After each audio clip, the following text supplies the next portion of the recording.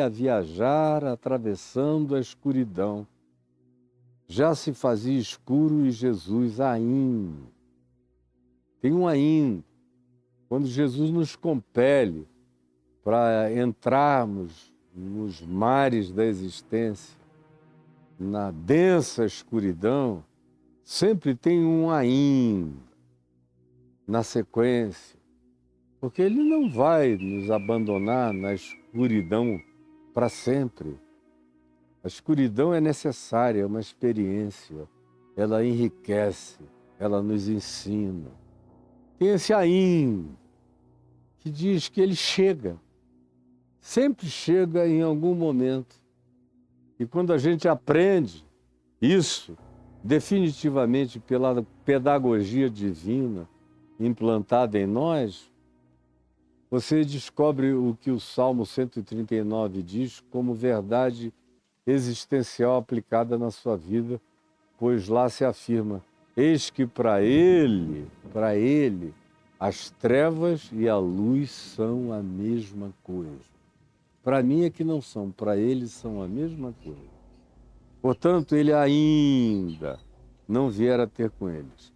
Mas o que eu queria chamar a atenção é que o verso 22 aqui de João 6 diz: depois da ocorrência do milagre que está em questão, que é Jesus caminhando sobre as águas, verso 22 já chega do outro lado, depois do milagre, no dia seguinte, e diz o seguinte: no outro dia, a multidão que ficara do outro lado do mar notou que ali não havia senão um pequeno barco e que Jesus não embarcara nele com os seus discípulos, tendo esses partido sós, porque Jesus os compelira a irem sozinhos.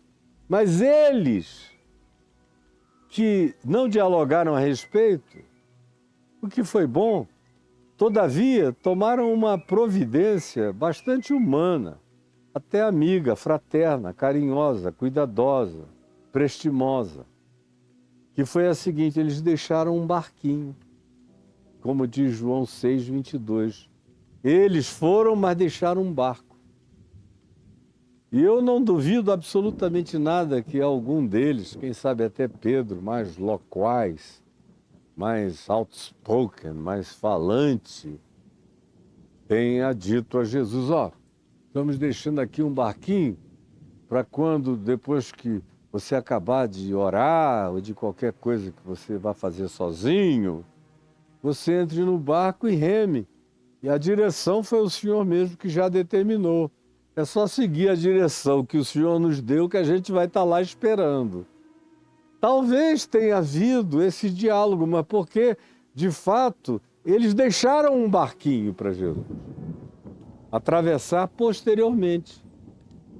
Um barco para Jesus remar, que é algo sobre o qual eu também já falei inúmeras vezes na vida como metáfora da existência, mostrando que a nossa tendência é sempre tentarmos fazer algum tipo de provisão, de tomarmos algum tipo de providência divina em relação ao divino, ajudarmos Deus, ajudarmos a tirarmos, diminuirmos os dilemas divinos sobre o que Ele vai fazer. A gente tem essa mania. A religião, então, diz para Deus: fica aí, não faz mais nada, deixa o resto com a gente, porque a gente te representa, a gente fala por ti, a gente diz o que tu gostas, o que tu não gostas, a gente julga em teu nome, a gente faz tudo. É uma doença, inclusive que dá em pessoas que começaram muito bem, que começaram no espírito, mas como diz Paulo em Gálatas 3, se aperfeiçoaram na carne. E que acontece toda hora. Vamos deixar um barco para Jesus remar. Vamos cuidar de Deus. É patético, mas está presente como manifestação devocional na gente, frequentemente. O cara acha que está servindo a Deus melhor se fizer providências para Deus ter facilidade de chegar até mim, a minha vida. deixar um barquinho para ele chegar, remar, se aproximar, como se ele fosse um igual a mim. Como diz o Salmo 50, pensastes que eu era igual a vós outros, e eu não sou. Mas não é raro que a gente faça isso. Pois bem, deixaram o barquinho. E Jesus, aqui voltando para Mateus 14, 22, os compeliu para atravessarem. E eles deixaram um barquinho para Jesus ir, depois de feito o que Jesus quisesse fazer sozinho. E fosse ao encontro deles do outro lado do mar. E enquanto o próprio Jesus ficava despedindo as multidões. O próprio Jesus disse, vão. Foi despedindo o pessoal, sigam. E aí encontrou seu próprio caminho. Disse aos que quiseram ir atrás dele, não, agora é a minha hora de ficar sozinho. E ficou só. E subiu o monte. E desapareceu na escuridão. E não se diz aonde ele se recolheu, o que foi que ele fez, mas era um período dele, que não tem que ter registro, não tem que ter narrativa. Tem certas coisas na vida da gente que tem que acontecer sem narrativa, sem registro. As nossas mais profundas intimidades com Deus não devem ter narrativas nem registros. Quando eu vejo uma pessoa se ajoelhando para orar e interceder, mas antes espera que alguém diga, gravando, eu já sei que essa é uma oração que não é para Deus, que não chega diante de Deus. É uma oração para registro. É trombeta sendo tocada na praça. É show. É espetacularização de devocionalidade que não tem absolutamente nada a ver com Deus. E Deus ali não está. Jesus me ensina o que é entrar no meu quarto, o que é a vivência na minha solitude. Como é que eu transito entre o fluxo público e o refluxo do privado, íntimo, na minha existência? Então ele que os compele, despede ele próprio as multidões e despedidas as multidões ele sobe o monte e entra na escuridão. Ele mandou os discípulos do outro lado, já se fazia escuro. E eles foram naquela direção indicada.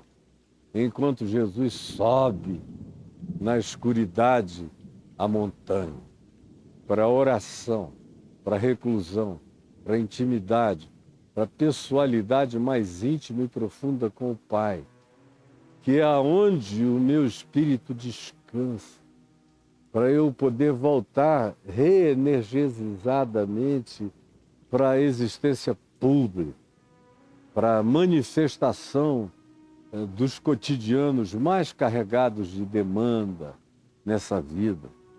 Então, assim feito, e despedidas as multidões, Jesus sobe no monte a fim de orar sozinho. E a tarde já tinha caído e lá estava ele, em solitude absoluta. Isso aqui é uma conclusão posterior dos seus discípulos, porque não havia nenhum registro de ninguém que tenha ficado por trás para narrar posteriormente a sua ocorrência. Isso é conclusão do óbvio. Porque o próprio Jesus não chegou no dia seguinte dizendo, vocês não sabem o que o meu pai falou comigo ontem à noite. Vocês não têm ideia, meninos pequenos que não sabem de nada. Não. Com Jesus, todo mundo era cada um. E ele próprio era ele próprio. Há uma reverência com a individualidade de cada pessoa e com as limitações das coletividades humanas, e há um resguardo pessoal no que diz respeito a manter em estado de cuidado carinhoso a sua própria intimidade pessoal na presença do Pai, como a maturidade ensina que deve ser assim com todos nós, e assim é comigo. E eu não brinco disso, e nem faço promoção disso. Nunca fiz, e Deus me salve de um dia o fazer, porque seria uma derrocada total na minha existência.